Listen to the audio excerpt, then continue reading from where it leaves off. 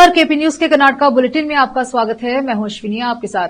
चलिए शुरू करते हैं आज की खबरों का सिलसिला। उससे पहले एक नजर आज के मुख्य समाचारों पर।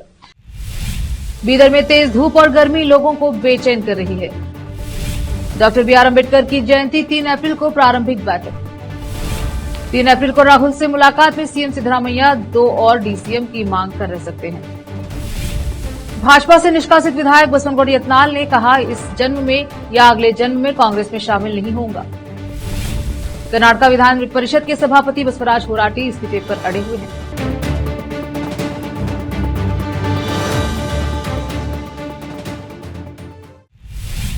समाचारों का सिलसिला शुरू करते हुए देखते हैं समाचार विस्तार से। सोमवार को ईद के त्योहार के बाद आज भी बीदर शहर में ईद के जश्न का माहौल बना रहा, जिससे शहर की सड़कों पर यातायात में कमी देखने में और बढ़ती गर्मी और धूप के कारण भी लोग दोपहर के समय बाहर निकलने से कतरा रहे हैं। पिछले एक सप्ताह से गर्मी चरम पर है और दोपहर में तपती धूप और गर्मी लोगों को बेचैन कर रही है। विशेष संवाददाता की रिपोर्ट। डॉक्टर बी आर अम्बेडकर की 134वीं जयंती मनाने के संबंध में 3 अप्रैल 2025 को सुबह 11 बजे उपायुक्त बीदर की अध्यक्षता में उपायुक्त बीदर के कार्यालय कक्ष में प्रारंभिक बैठक बुलाई। समाज कल्याण विभाग बीदर के उपनिदेशक ने बयान में कहा कि अनुसूचित जाति एवं सभी समुदाय के नेता, विभिन्न दलित संगठनों के पदाधिकारी, एसोसिएशन एवं संस्थानों के नेता प्रारंभिक बैठक में उपस्थित होकर अपने सुझाव दे। विशेष संवाददाता की रिपोर्ट। रोकते हैं समाचारों का सिलसिला, लेते हैं छोटा सा ब्रेक।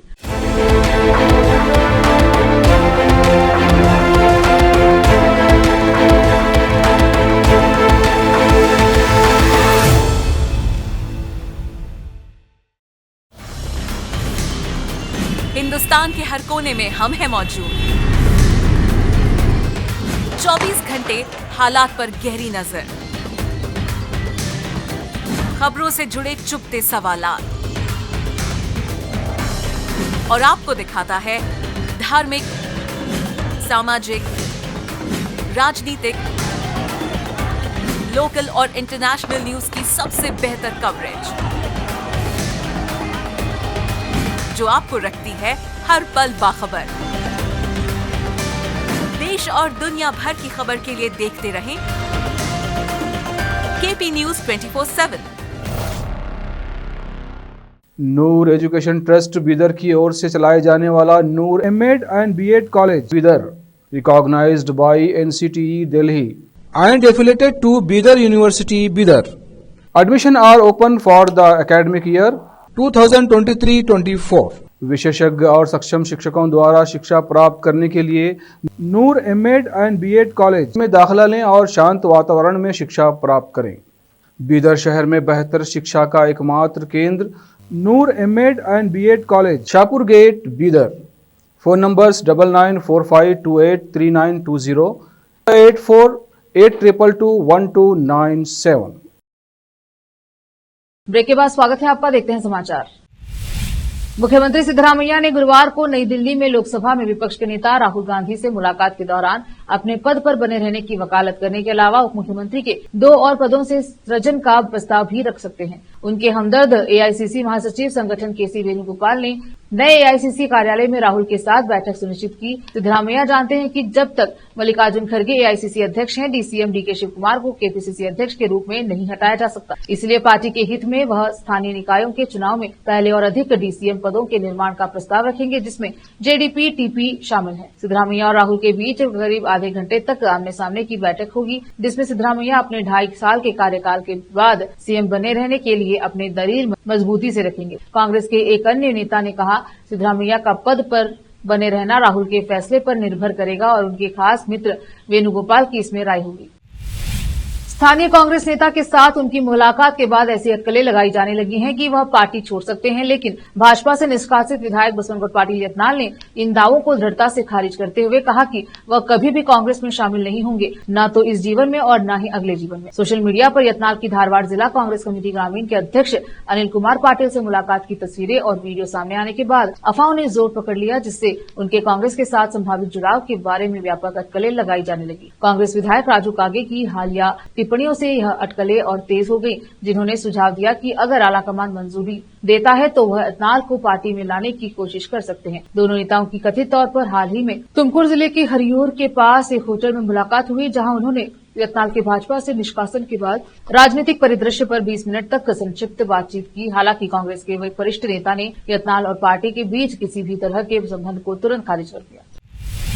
हाल ही में हुए विधानसभा सत्र के दौरान विधायकों द्वारा केवल कथित हनी ट्रैप मुद्दे पर ध्यान केंद्रित करने के कारण बहुमूल्य समय की बर्बादी पर अप्रसन्नता व्यक्त करते हुए विधान परिषद के सभापति बसवराज होराटी ने अपने कुछ सहयोगियों के व्यवहार पर सवाल उठाया। यहां एक निजी यात्रा के दौरान बोलते हुए उन्होंने कहा कि अब कभी उम्मीद नहीं की थी कि राजनीतिक नेता विधानसभा में अध्यक्ष की कुर्सी पर कागज फेंक कर लोकतंत्र के मंदिर का इस तरह अपमान कर सकते हैं। होराटी ने परिषद के अध्यक्ष पद से इस्तीफा देने की योजना दोहराते हुए कहा कि राजनीति बदल गई है, हम राजनीतिक शिष्टाचार के पुराने दिनों को तुलना वर्तमान परिदृश्य से नहीं कर सकते। मैंने कई नेताओं और विधायकों से इस बारे में चर्चा की और इस संबंध में अपना निर्णय व्यक्त किया।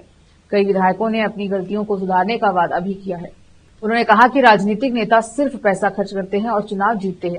वे सिर्फ बेंगलुरु में बैठते हैं, जब सदन में सवाल उठाए जाते हैं तो जवाब देने वाला कोई नहीं होता। उन्होंने कहा चुने हुए प्रतिनिधियों में नैतिकता का ह्रास हो रहा है। जब तक नेता वोट खरीदना बंद नहीं करेंगे तब तक हम उनसे अच्छा शासन की उम्मीद नहीं कर सकते। दुर्भाग्य से हम सदन में जूनियर और वरिष्ठ विधायकों के बीच भेदभाव नहीं कर सकते। विधानसभा में प्रवेश करने के बाद सभी एक जैसे हो जाते हैं। अब जूनियर सुन नहीं रहे और वरिष्ठों का सम्मान नहीं कर रहे हैं। वक्त एक और छोटे से ब्रेक का, जल्द लौटेंगे ब्रेक के बाद। हिंदुस्तान के हर कोने में हम हैं मौजूद। 24 घंटे हालात पर गहरी नजर, खबरों से जुड़े चुपते सवालात और आपको दिखाता है धार्मिक, सामाजिक, राजनीतिक, लोकल और इंटरनेशनल न्यूज की सबसे बेहतर कवरेज, जो आपको रखती है हर पल बाखबर। देश और दुनिया भर की खबर के लिए देखते रहें केपी न्यूज 24/7। ब्रेक के बाद स्वागत है आपका, देखते हैं समाचार। वन्यजीव कार्यकर्ताओं ने फैसला किया है कि अगर राज्य सरकार बांदीपुर टाइगर रिजर्व से गुजरने वाले राष्ट्रीय राजमार्ग पर रात्रि यातायात प्रतिबंध हटाती है तो वे विरोध प्रदर्शन शुरू करेंगे और अदालत का दरवाजा खटखटाएंगे। कार्यकर्ता सोमवार को बांदीपुर के मिलकमनहल्ली में मिले और वायनाड के पास मूलहोल, मुद्दूर और मुतांगा का दौरा किया और चेकपोस्ट से गुजरने वाले वाहनों पर नजर रखी। उन्होंने पाया कि 15 टन सामग्री ले जाने की अनुमति वाले ट्रक 40 टन एमसैंड और बुलडोजर ले जाकर परिवहन और खनन अधिनियम का उल्लंघन कर रहे थे। यदि दिन के दौरान ऐसे नियमों का उल्लंघन किया जाता है तो कार्यकर्ताओं ने आशंका व्यक्त की है कि कई लोग रात में इसका फायदा उठाएंगे और अवैध परिवहन में लिप्त हो जाएंगे। उन्होंने संकल्प लिया है कि यदि केरल कर्नाटक पर रात्रि यातायात प्रतिबंध हटाने के लिए दबाव बनाना जारी रखता है तो वे एकजुट होकर प्रदर्शन करेंगे। कार्यकर्ता जोसेफ हुअर ने कहा कि राष्ट्रीय राजमार्ग पर टिप्पर की आवाजाही बढ़ गई है और वे परिवहन और खनन नियमों का उल्लंघन करते हुए निर्माण सामग्री ले जा रहे हैं, जिससे जंगल को खतरा पैदा हो रहा। उन्होंने कहा कि रात में यातायात जंगली जानवरों के लिए खतरा पैदा करेगा और जंगल के किनारे बसे गांव में मानव पशु संघर्ष को बढ़ावा देगा। कार्यकर्ताओं ने गांव में लोगों को शिक्षित करने, किसानों को संगठित कर एक विशाल रैली निकालने तथा रात्रि यातायात प्रतिबंध जारी रखने की अपील करने वाली याचिका के साथ अदालतों का दरवाजा खटखटाने की आवश्यकता महसूस। दक्षिण कन्नड़ भाजपा अध्यक्ष सतीश कुंपाला ने मीडिया कर्मियों को बताया कि भाजपा 9 अप्रैल को दक्षिण कन्नड़ में जनाक्रोश यात्रा आयोजित करेगी, जिसमें मूल्य वृद्धि और मुसलमानों के लिए सरकारी अनुबंधों में आरक्षण की निंदा की जाएगी। उन्होंने कहा कि कर्नाटक में कांग्रेस के नेतृत्व वाली सरकार की जनविरोधी नीतियों के बारे में लोगों में जागरूकता पैदा करने के लिए 4 चरणों में जनाक्रोश यात्रा निकाली जाएगी। राज्य सरकार द्वारा गरीबों पर वित्तीय बोझ डालने के विरोध में विरोध प्रदर्शन आयोजित किया जा रहा है। उन्होंने कहा कि एक तरफ राज्य सरकार गारंटी के नाम पर दे रही, दूसरी तरफ यह आवश्यक वस्तुओं की कीमतें बढ़ा रही है, लोगों से उनका हक छीन रही है।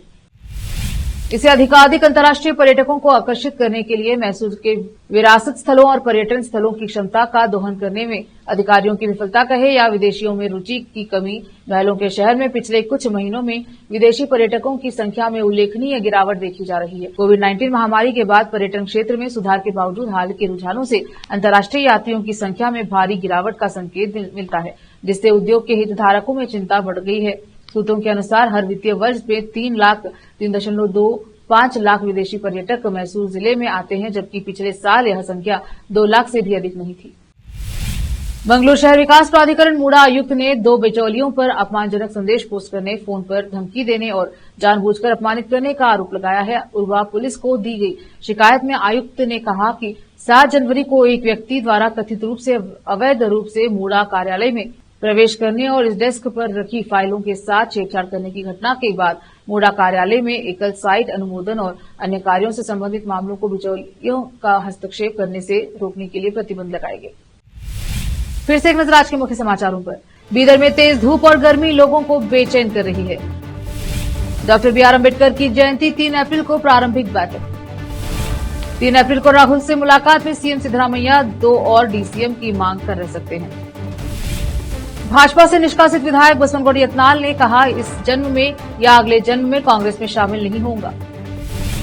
कर्नाटक विधान परिषद के सभापति बसवराज होराटी इस्तीफे पर अड़े हुए हैं।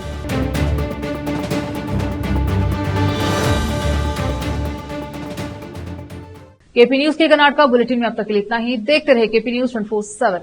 अधिक जानकारी के लिए केपी न्यूज 24/7 को लाइक शेयर सब्सक्राइब जरूर करें। धन्यवाद। देश प्रदेश और स्थानीय समाचारों के लिए केपी न्यूज 24/7 को लाइक शेयर एंड सब्सक्राइब जरूर करें।